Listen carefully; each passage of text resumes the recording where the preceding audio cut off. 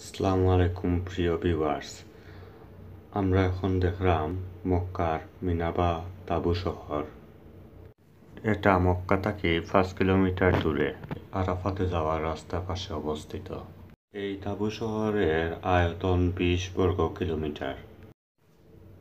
হজের অংশ হিসাবে মিনায় অবস্থান করতে হয় বলে মিনা অধিক পরিচিত।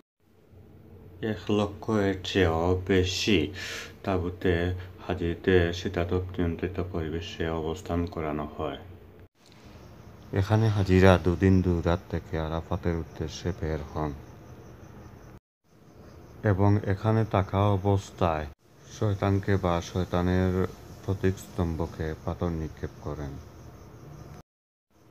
আমরা এখন বাস থেকে নামতে পারছি না বিধায় আপনাদের তাঁবু শহরটি সম্পূর্ণভাবে দেখাতে পারছি না। আমরা এখন তাঁবু শহর দিয়ে সরাসরি জাবালে নূর পাহাড়ে, যেখানে কুরআন নাজিল হয়েছিল, সেখানে যাচ্ছি।